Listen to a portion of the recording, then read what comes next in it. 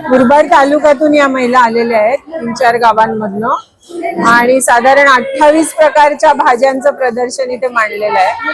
त्यापैकी 13-14 भाज्या शिजवून आणलेल्या आहेत।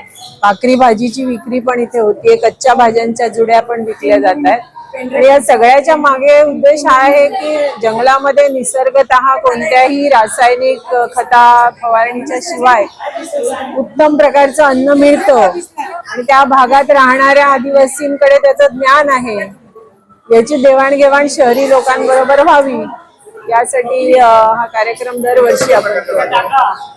पालेभाज्या आहेत मुख्यतः, जसं टाकळा आहे, कुरडू आहे, लोत आहे, शेवळा आहे, मोखा आहे, नंतर आळूचा जो रानातला तेरा नावाचा प्रकार असतो तो आहे, भातरभिनी नावाचा आहे।